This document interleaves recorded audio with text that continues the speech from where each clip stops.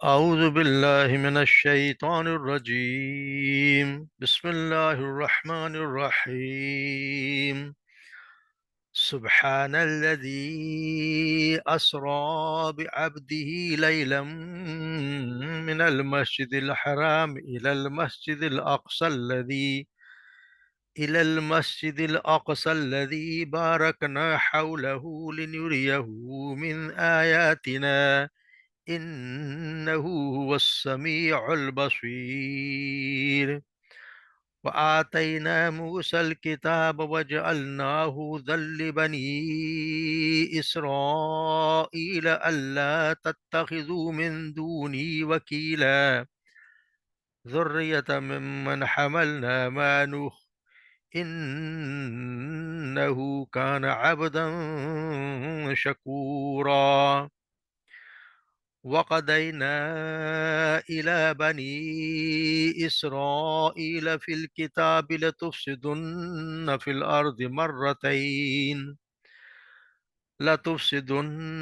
الأرض مرتين ولتعلن علوا كبيرا. فإذا جاء وعد أولاهما بعثنا عليكم عبادا لنا أولي بأس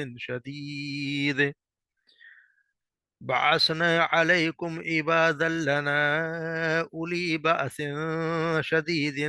فجاسوا خلال الديار وكان وعدا مفعولا. ثم رددنا لكم الكرة عليهم وأمددناكم بأموال وبنين وجعلناكم أكثر نفيرا. صدق اللہ. سبحان الذی اسریٰ بعبدہ، پاک ہے وہ ذات، یعنی ہر قسم کے نقص سے پاک و جاک، اسریٰ جو لے گیا، بعبدہ اپنے بندے کو، لیلاً راتوں رات، اسرا کہتے ہیں رات کے کسی حصے میں، بعبدہ لیلاً راتوں رات، من المسجد الحرام مسجد حرام سے، الی المسجد الاقصی مسجد اقصی کی طرف، الذی بارکنا جس میں بارکنا برکت رکھی ہے ہم نے، برکت دی ہم نے، حولہ اس کے ماحول کو، یعنی کہ اس کے ارد گرد کے، وَنُرِيَهُ تاکہ ہم نُرِيَهُ ہم دکھائیں ہو اسے، من آیاتنا ہماری آیات میں سے، ہماری نشانیوں میں سے،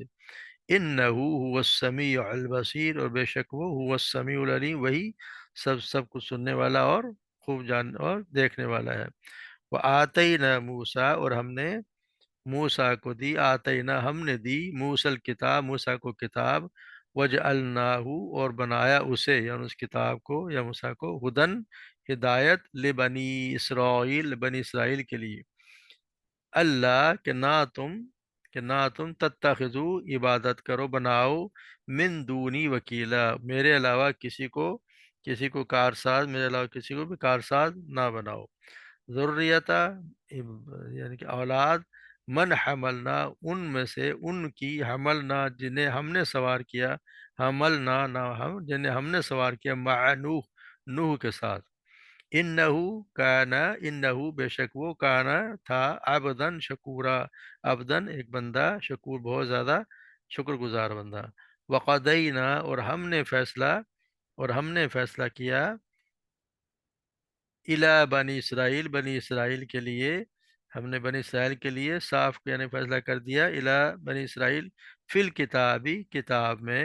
لتفسدن کہ ضرور بضرور تم پھیلاؤ گے، تم سے فساد کرو گے، فی الارض زمین میں، مرتین دو بار، ایک بار مرہ، دو بار تو تئی یانون یانن تو کی نشانی ہے، مرتين دو مرتبہ، وَلَتَعْلُنَّ اور ضرور بضرور تم ضرور پکڑو گے یا تم زیادہ سرکشی کرو گے، علوًا کبیرہ بہت زیادہ بڑا یعنی بہت زیادہ بڑی سرکشی، فَإِذَا جَاءَ وہ جب آیا، فَإِذَا جَاءَ جب آیا، وقت، وعدو وقت، وعدہ کا وقت، اولاہما ان سے جب پہلے وعدے کا، دو میں سے پہلا، جہاں اولا پہلا، ہما ان دو میں سے، بعثنا تو ہم نے بنائے، بنا دیے ہم نے بھیجے، بعث ہم نے بھیجے، علیکم ان پر، عبادن اب بندے، لانا اب اپنے بندے یعنی ہمارے بندے، اولی باسن بہت زیادہ لڑائی کرنے والے، اولی، اولی مانے والے، باسن لڑائی کرنے والے،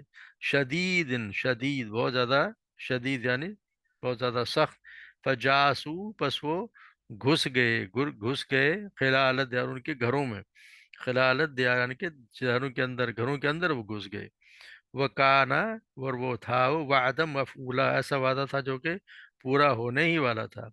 ثم رددنا پھر ہم نے پھیر دی، لکم تمہارے لیے، کرتن غلبہ یعنی ہم نے تمہیں پھر غلبہ دے دیا، علیہم ان پر، وامددنا اور امددناکم اور ہم نے مدد کی نہ ہم نے کم تمہاری، باموال مالوں سے، و بنینا اور اولاد سے، وجعلناکم اور بنا دیا ہم نے تمہیں، اکثر زیادہ، نفیرا یعنی کہ جتھا بہت بڑا لشکر، نفری میں یعنی تعداد میں ہم نے تمہیں بہت زیادہ بنا دی، ہم نے دوبارہ بعد میں پھر بنا دیے۔ تو یہاں آواز نئی سورہ یعنی سورہ بنی اسرائیل، جس کو سورہ اسرا بھی کہا جاتا ہے، اس کا دوسرا نام سورہ اسرا بھی ہے، تو بنی اسرائیل آپ نے زیادہ مشہور ہمارے یہاں جو ہے بنی اسرائیل کے نام سے، مگر اس کو یہ بھی نام ہے، اس کا سورہ اسرا بھی کہتے ہیں۔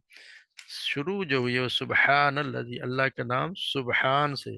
سبحان کا مطلب ہے کہ وہ بذات جو ہر قسم کے نقص سے پاک،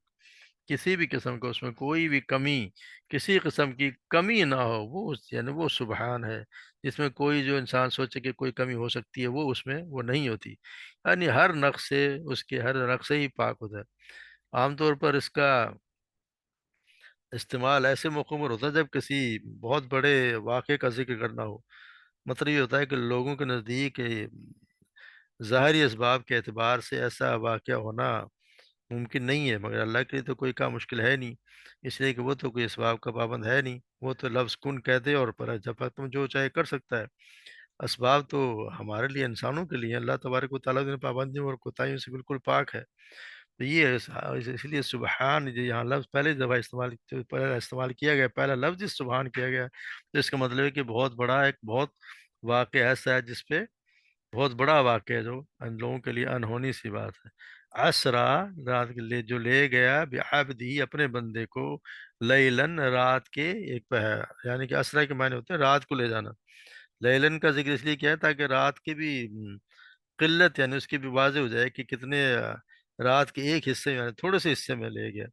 اور لے کے کہاں گیا، یعنی کہ جہاں 40 راتوں کا، یہ 40 دن کا یہ سفر ہے یک طرفہ، یعنی مسجد حرام سے لے کر مسجد اقصی تک کا یہ 40 دنوں کا سفر ہے، اس میں اللہ تبارک و تعالیٰ لے گیا، اقصی الذی بارکنا حولہ، جس کے وہاں پہ جہاں پہ ہم نے بہت زیادہ برکتیں رکھی اس کے ماحول میں، تاکہ ہم دکھائیں اپنے بندے کو، من آیا اپنی نشانیوں میں سے۔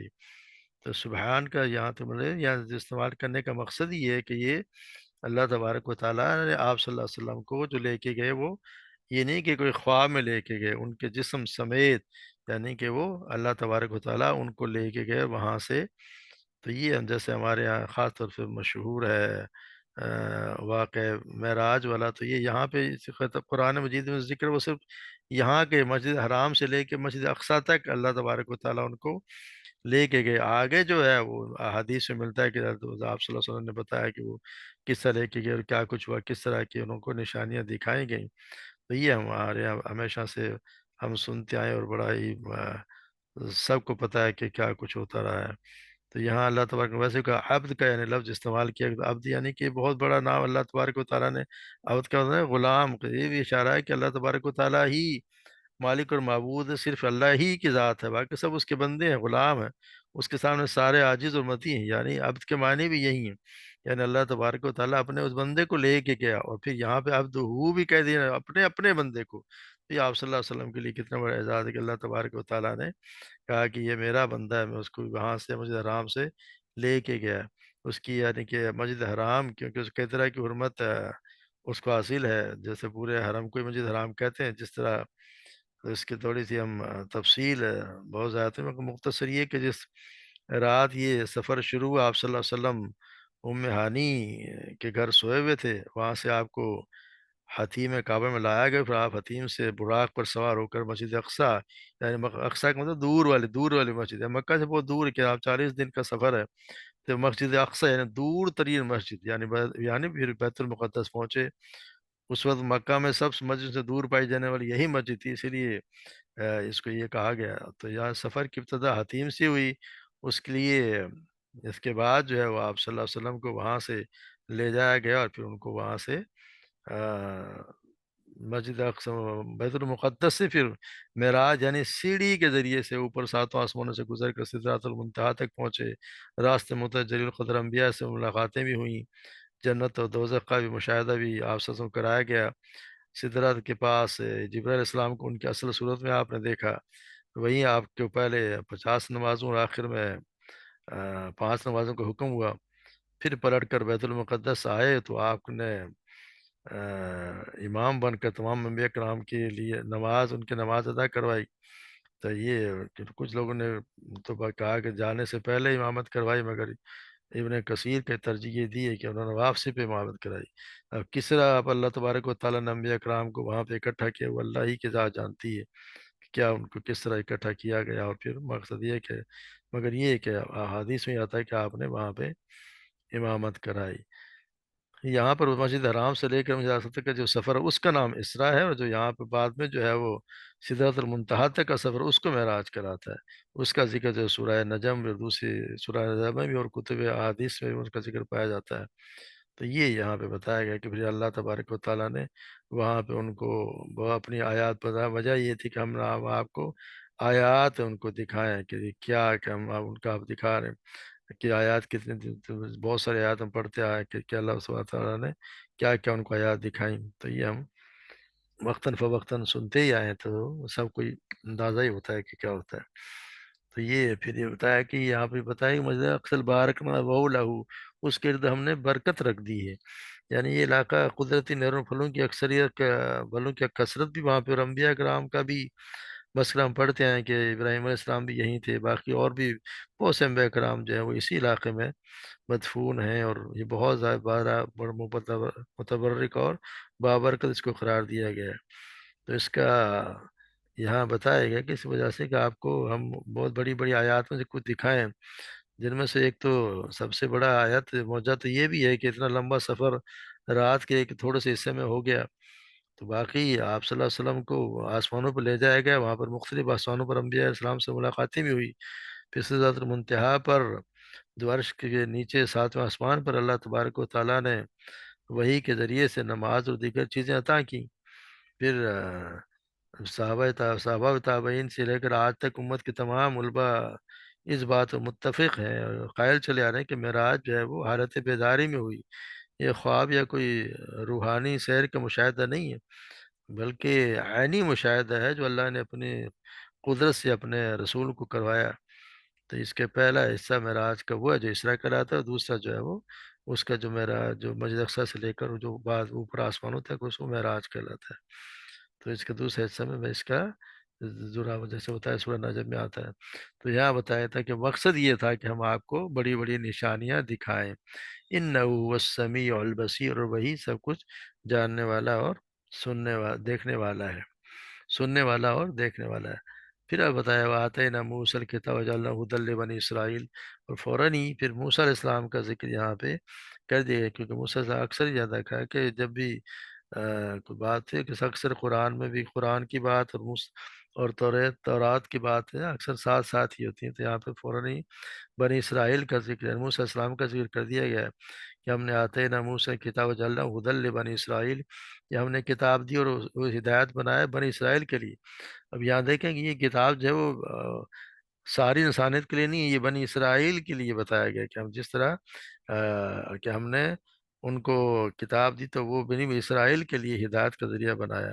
یعنی کہ تورات کو یا موسیٰ علیہ السلام کو دونوں کو، یا ہم کہہ سکتے ہیں کہ ہوا جو موسیٰ علیہ السلام کے لیے بھی ہو سکتی ہے اور بننے ان کے کتاب کے لیے بھی ہو سکتی ہے۔ اور بتایا کیا گیا، ہدایت کیا تھی، اللہ تتخذوا من دونی وکیلا، کہ تم نہ بنا لینا یہاں پہ یعنی کسی کو بھی اس کے علاوہ، مطلب یہ تھا کہ میرے سوا کسی کو اپنا کار ساز نہ سمجھو، کسی کو نہ بناؤ، یہ کام یہ کسی اور کے سپرد نہ کرو، یہ اللہ تبارک و تعالیٰ ہی کی ذات ہے جو سب ہر چیز کی ہر چیز کا کار ساز کرنے والا وہی ہے۔ ذریۃ ممن حملنا مانو، اور یہ تم اولاد ہو جو بھی اولاد ہے من حملنا، جو سوار کیے مانو نوح علیہ السلام کے ساتھ، جو سوار کی گئی کشتی میں، یعنی انسانی جو بالکل ساری ختم ہو گئی، صرف وہی لوگ بچے جو موسیٰ جو نوح علیہ السلام کے ساتھ اولاد، اور کہتے یہ ہیں کہ ان کی جو اولاد تھی، ان کے جو تین بیٹے تھے، انہیں ساری بات کی جتنی بھی دنیا میں لوگ آئے وہ انہی کی اولاد سے، انہی میں یعنی کہ ان کے جو تین بیٹے تھے انہی کی نسلوں سے جو کشتی نو میں سوار ہوئے تھے، ایک تو رہ گیا تھا جو ڈوب گیا تھا، باقی جو ہے ان کے اسی کی سوار تھی، کیونکہ یہ طوفان میں بچ گئے تھے، باقی جو لوگ بچے ان کی نسل اللہ جانے کیا ہوا، کہ کیونکہ یہاں یہ بتایا گیا ہے کہ ہم نے آپ تمہارے ہی اسی کے تم سب اولاد، تم ذریت تمہاری اولاد، ذریت اولاد میں سے جو حملہ میں ذریت مع نوح کے ساتھ، انہ کان عبدا شکورا، اور یہ کہ وہ بہت بندہ وہ بہت زیادہ شکر گزار کرنے والا بندہ تھا۔ تو یہ یہاں پہ بتایا گیا، کیونکہ بتایا یہ گیا ہے کہ جنہیں تم ان سارے لوگوں کی اولاد ہو جنہیں ہم نے انہوں السلام کے ساتھ کشتی میں سوار کر کے نجات بخشی تھی۔ مقصد بنی اسرائیل کو ایمان اور عمل صالح پر ابھارنا ہے کہ دیکھو تم کن لوگوں کی اولاد ہو، تمہارے لیے تو تمہارے آبا و اجداد کے تمہیں نقش قدم پر چلنا چل کر اور ایک اللہ کی عبادت کے پابند رہنا چاہیے، اپنے باپ نوح علیہ السلام کی طرح ہر وقت اسی کا شکر گزار رہنا، اور اس کے سوا کسی کو اپنا وکیل یا کارساز اور بھروسے کے قابل نہ سمجھنا لازم ہے۔ تمہیں تو ضرور ہے کہ تمہارا ضروری ہے کہ تم اپنے آبا و اجداد کی نقش قدم پہ چلو، اور ان کی کا تو تمہیں شکریہ، جس طرح انہوں نے شکر ادا کیا تو تمہیں بھی ان سے اللہ تبارک و تعالیٰ کا شکر ادا کرنا چاہیے۔ تو یہ انہیں اس لیے بتایا کیونکہ آپ صلی اللہ علیہ وسلم فرمایا کہ اللہ تبارک و تعالیٰ اپنے بندے سے بہت ہی خوش ہوتا ہے جب وہ کوئی چیز کھائے ہو تو اللہ کا شکر بجا لائے، اور کوئی چیز پیے تو بھی اللہ کا شکر ادا کرے، تو اللہ تبارک و تعالیٰ اس سے بہت خوش ہوتے ہیں۔ تو یہ بتایا گیا ہے کہ ان کے تمہارا کام تمہیں تو چاہیے یہ تھا کہ تم ایک بار کہا اپنے نوح علیہ السلام کی، کیونکہ تم اس کے اولاد ہو سارے کے سارے، تو اس کے تو وہ بہت زیادہ شکر گزار بندہ تھا۔ وقضینا، پھر بنی اسرائیل کے بتایا گیا ہے کہ ہم نے فیصلہ کر دیا تھا، ہم نے لکھ دیا تھا ان کے لیے، الا بنی اسرائیل، بنی اسرائیل کے لیے، کہ تم ضرور بضرور، صاف ہم نے کہہ دیا تھا کہ ہم نے کہ بنی اسرائیل کے تھے تم فساد کرو گے ضرور، فی الارض زمین میں مرہ دو مرتبہ، لتعلن، اور ضرور بدرون تم پکڑو گے، علوباً کہ بہت زور، بس بہت زیادہ زور، یعنی کہ تم بہت زیادہ تم جو ہے وہ ضرور فساد پھیلاؤ گے، تو سرکشی بہت زیادہ سرکشی کرو گے، تو یعنی کہ ان کے جو بنی اسرائیل کے حالات تھے ان کو دیکھ کر اللہ تبارک و تعالیٰ نے ان کے پہلے ہی لکھ دیا تھا کہ یہ تورات میں بنی اسرائیل کے بارے میں خود ہی خبر دے دی تھی کہ یہ لوگ گناہوں کا ارتکاب کر کے زمین میں فساد پھیلائیں گے، اور اللہ کے قوانین کی نافرمانی کریں گے، اور لوگوں میں ظلم کریں گے۔ چنانچہ ہوا بھی ایسا ہی کہ انہوں نے زمین کو ظلم و فساد سے بھر دیا۔ تو پھر اللہ تبارک و تعالیٰ کہتے ہیں کہ جب وہ وقت آیا تو پھر ہم نے فیضا جا وعد اولاہما، جب وہ خوب انہوں نے فساد پھیلا دیا تو ہم نے پھر ان پہ جو ہے وہ جب وعدے کا وقت آیا تو پھر ہم نے ان پر ایسے لوگوں کو مسلط کر دیا جو بہت زیادہ جنگ کرنے والے تھے۔ واسنا علیکم عباد اللہ اولی الباس، وہ لڑائی میں وہ سخت بہت ہی زیادہ جنگ آور تھے، شدید بہت زیادہ سخت تھے، فجاس و خلال دیار پر گھس گئے ان کے گھروں میں۔ تو یہ کہتے ہیں کہ جیسے وہ بخت نصر تھا، وہ پھر ان کے اس کو اللہ تبارک و تعالیٰ نے اس یہ اسی ذلت کی طرف نشانی ہے کہ جب بابل کا جو فرما روا تھا بخت نصر، اس کے ہاتھوں سیدنا مسیح علیہ السلام سے تقریباً 600 سال پہلے یہودیوں پر یروشلم میں نازل ہوئی یا ذلت جو ہے، اس نے بے دریغ یہودیوں کو قتل کیا اور ایک بڑی تعداد کو غلام بنا لیا۔ یہ اس وقت ہوا جب انہوں نے اللہ کے نبی حضرت شیعہ کو قتل کیا، حضرت ارمیہ کو قتل کیا یا قید کر دیا، اور تو رات کے احکام کی خلاف ورزی کی، اور گناہوں کا ارتکاب کر کے فساد بالارض کا مجرم بن گئے۔ بعض کے لوگ کہتے ہیں کہ بخت نصر کے بجائے جالوت کو اللہ تبارک و تعالیٰ نے بطور سزا ان پر مسلط کیا تھا، جس نے ان پر ظلم و ستم کے پہاڑ توڑے، اور یہاں تک کہ پھر طالوت کی قیادت میں سیدنا داؤد علیہ السلام نے جالوت کو قتل کیا، ہم جیسے پڑھا ہے کہ انہوں نے قتل کیا، اور پھر وہاں سے ان کو نجات ملی، تو یہ ان کے بنی اسرائیل کی تاریخ بھی چلتی آتی ہے کہ وہ کس طرح فساد، ہر قسم کے فساد یہ پھیلاتے رہے، انبیاء کو یہ قتل کرتے رہے ہیں، اور ہم جو بھی ہم دیکھتے ہیں وہاں سے ایک ایک قوم سے نکلے فوراً انہوں نے بچڑے کو بت بنا لیا، انہوں نے پھر جا کے پھر جب موسیٰ علیہ السلام چلے گئے وہاں پہ کوئی طور پہ، تو پیچھے تو انہوں نے بچڑے کو بت بنا لیا، تو اس طرح کی حرکتیں یہ کرتے رہے ہیں کہ پھر لوگوں کے باطل طریقے سے مال کھانا، اپنے بزرگوں اور نبیوں کو بھی اللہ تعالیٰ کو درجہ کا درجہ بھی دے دیتے ہیں، جیسے ہم پڑھا ہے، تو اس طرح کی یہ ان کی حرکتیں، جس چیز کو چاہ اپنے لیے صحیح قرار دے دیا، جس کو چاہ ناجائز قرار دے دیا، تو جب سے